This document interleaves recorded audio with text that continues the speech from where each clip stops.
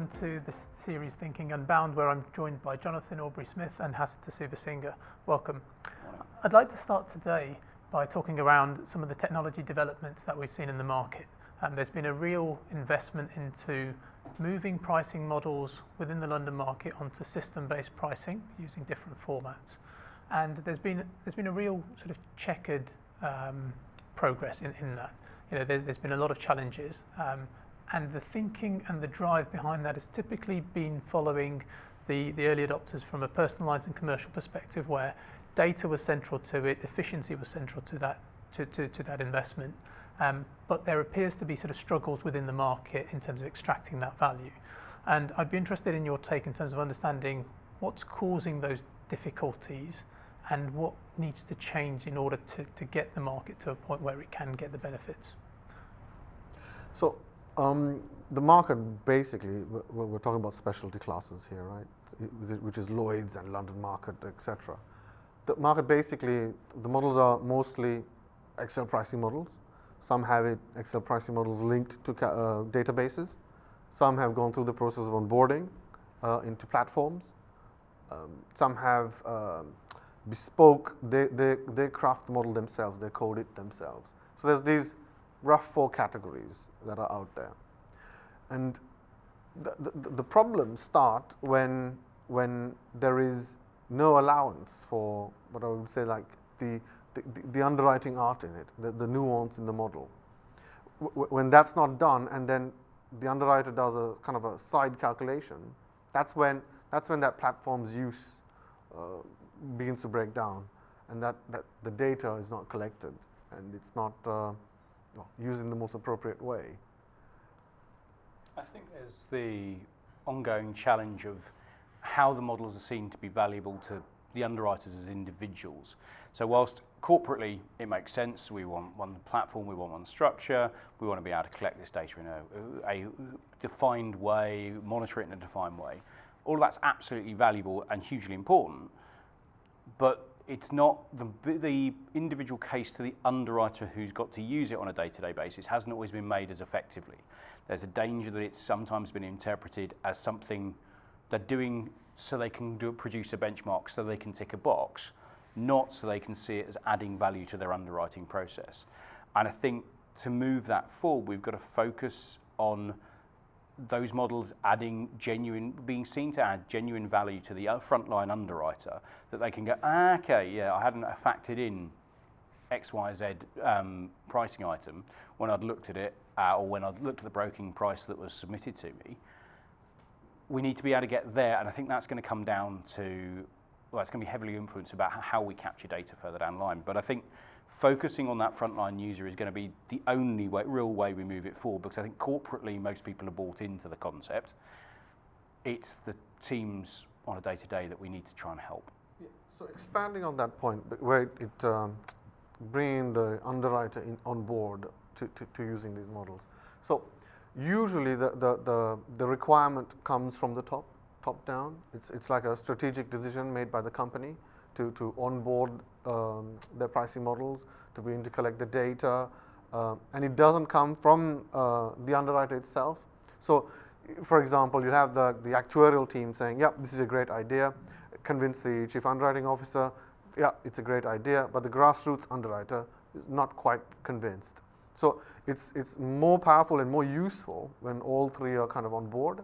And what I've noticed is that the times that when the underwriter is interested, it's almost like a post-event situation where they want to articulate, okay, we are re-underwriting the portfolio, we've taken some corrective action, and we want to demonstrate that, and oh, I don't have the data to demonstrate that. I need to find that nuanced data, and guess what? That platform would have been useful. So culturally, there's a bit of a shift that is needed, and I think that it is shifting in the marketplace. Where it's successful is when all 3 are on board to do it.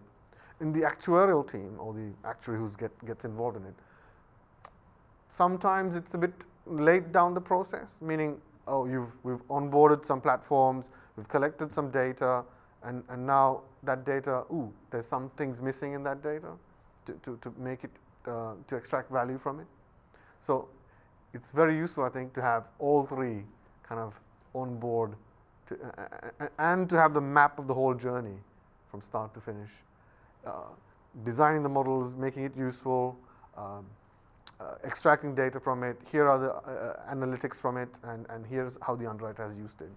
I think it's a slight extension of that as well. I think there's also having a realism when you set up, when you adopt that platform type model. So you'll go through the onboarding process, you'll budget to produce X number of models as a part of the process, etc. But those models by construction need to be iteratively developed over time. And I've seen it not always be as well resourced as it needs to be to have enough actuarial or resource who understands the modeling or how to build the models to be able to update it, develop it on a regularized basis with the underwriters. There's reviews, but I tend to see less wholesale changes. And I think making sure that's properly resourced, that's planned into the adoption process over the long term, I think would help as well. I mean, these are complicated models. I mean, let's say you're looking at an energy risk. We're looking at the ability to quantify that you're drilling something, that there's a possibility of a blowout, there's a possibility of getting control of that well, it needs to account for plugging that explosion, you need to account for re-drilling it and re-extracting oil, and all the extra expense that goes into rectifying drilling oil offshore. So these are complicated risks, and that iterative point is very important, because as the underwriting community understand more and more complexity, you'd need to iterate your models to reflect that. And the more you need to iterate your model, the more you need to encompass complexity in the model, and the more data you're capturing in it, the less you can have bulk-made solutions. They have to be nuanced and detailed. So this is a common problem in the marketplace. So just picking up on that point, because I suppose you've both made the point that it's really difficult to get that frontline underwriter buy-in to the models, to invest time and effort in terms of collecting the data and completing these models. And you then talked about the complications of an energy risk, and we operate in a market which is highly esoteric. Each individual risk is unique, it's complex. Do you think pricing models are too simple, and therefore they don't allow for enough of the nuanced features which are so important to underwriters, and therefore that's the missing link between kind of underwriters being fully invested? And then kind of secondly is certainly from a personalized commercial perspective, where there's hundreds of thousands, millions of risks which are homogeneous, and you can do really fancy statistical techniques, machine learning. Does that have a place within the London market, or is there a different solution that the market should be looking at? That's a difficult question. Well, I think there's two questions in there, isn't there? Yeah. I think if we take the first question to start with, I think are the models too simple? Quite often, yes. But then you're competing with the flip side challenge. Absolutely, I think they could be much more nuanced and specific to the class, with a load of factors that are very bespoke. The challenge is then who's populating them and how we're sourcing that data. So there's a balancing act to be had between having the most nuanced pricing model possible, and actually having the time and the resource and the enthusiasm to actually complete it, which I think is where we'll see things like generative AI, reading slips, extracting structured data become an increasingly important part of the process, because you can feed the more nuanced model with less human involvement. But I think there's still a lot of learning and a lot of challenges that have got to come out of that process. It's not going to be I doubt it's going to be an overnight AI success of, right, we'll just flick the switch and suddenly everything's perfect. But I do think there is an opportunity and a value there in insurers in exploring how they can make that more effective, so they can create that more nuanced model. And these machine learning techniques that are out there to extract all these values.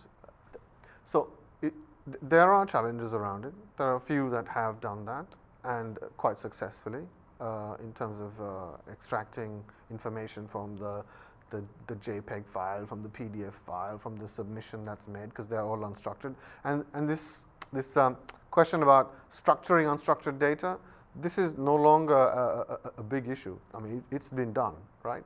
But the market it is quite slow to adapt to it because we're trying to solve the first issues, which is the complexity of the model, getting all those nuanced features in play in the model and settling the model. This is another thing that I've noticed is that the models don't seem to settle. They tend to iterate many times over and over again, which is fine. It can do that. And another thing with like getting, this is third-party data, etc., and getting data into it, which we call data augmentation, right? The issue with that is that you have a much wider view, and the typical Lloyd syndicate versus a big company, it's very different, their view of the risk, right? Their view of the marketplace, because you have a limited view versus a much broader view. So when you get a much larger data set coming into play, sometimes you have less connection with that. So there's a lot of issues in terms of understanding that. So these things come into play. And also with data, connecting it to your risk, to your asset, to your coverage, that is also an issue in data augmentation. Coming back to your question earlier on, around can we learn from the retail side, the personal lines world, I think there is a huge amount we can learn from that, and I think there is a huge amount we have learned from that, and I think we'll continue to do so. I think whilst a lot of London is very esoteric as you describe it, there's also quite a lot in London that's not quite as special and unique as sometimes people would have you believe. I think there's classes of business that we write quite extensively in London that are relatively voluminous, they are relatively homogeneous. So whilst you can't get, I wouldn't have thought we'll ever get to the same position as UK Motor, but there are tools, experiences and knowledge that we can take from that experience and apply to elements of the process. Offshore energy is probably not one of them, or it's going less high up the list. But solicitors PI, on the flip side of it, probably is, and there's still a reasonable amount of solicitors PI written in London that is relatively homogeneous, it is relatively straightforward, and therefore those techniques and tools could be valuable. Thank you very much for an interesting discussion. Clearly some challenges ahead, but practical solutions that can be implemented. Please join us next time for the next in the series, Thinking Unbound.